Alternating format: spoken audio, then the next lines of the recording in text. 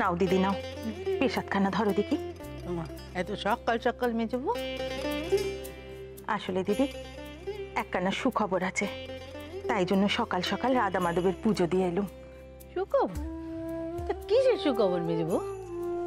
কথাখানা ছোট আমাকে কালকেই বলেছিলে, সাত তালে তোমায় আর বলা হয়ে ওঠেনি।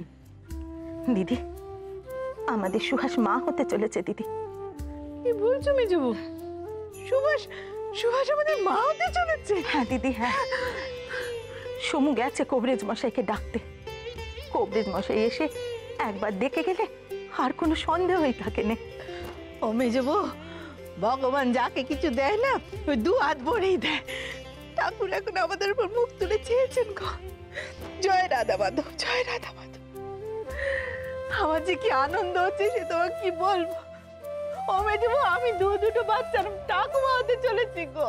হ্যাঁ দিদি হ্যাঁ, সেই জন্যই তো তোমাকে তাড়াতাড়ি ভালো হতে হবে দিদি, না হলে একসাথে দু কোলে দুটো বাচ্চাকে বসাবে কি করে শুনি। কিন্তু মেজবো ওই সুভাষকে একটু দেখে শুনে রাখতে হবে গো। ওকে দিয়ে বেশি কাজকর্ম করিও না। ওকে কি দিয়ে আশীর্বাদ করি বলো দেখি মেজবো, কি দেব? আমার বের একটা আর আছে, সে দিয়ে বরং ওকে আশীর্বাদ করবো বলো।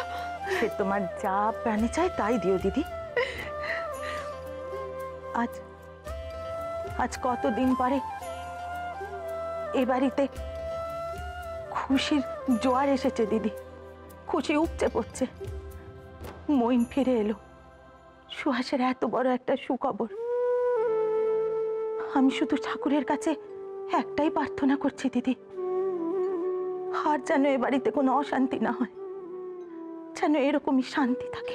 কিন্তু মেজবো এত কিছুর মধ্যেও একটা মনের মধ্যে কাটা খচখচ করে বিঁধছে গো।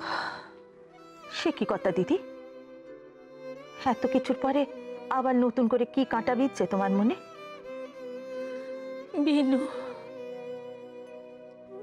বিনু কোথায় আছে, কি করছে কিচ্ছু জানি না। এত কিছু হয়ে গেল, তারপরে ওই বিনোদিনীর জন্য তোমার মনের মধ্যে কাঁটা খচখচ করছে দিদি? ওর খোঁজ না পেলে আমি শান্তি পাবো না মেজবো, শান্তি পাবো না। বিহারীকে জিজ্ঞাসা করলাম, বিহারী কিছু বললো না, এড়িয়ে গেল। তুমি কি দিয়ে তৈরি বলো দেখি দিদি?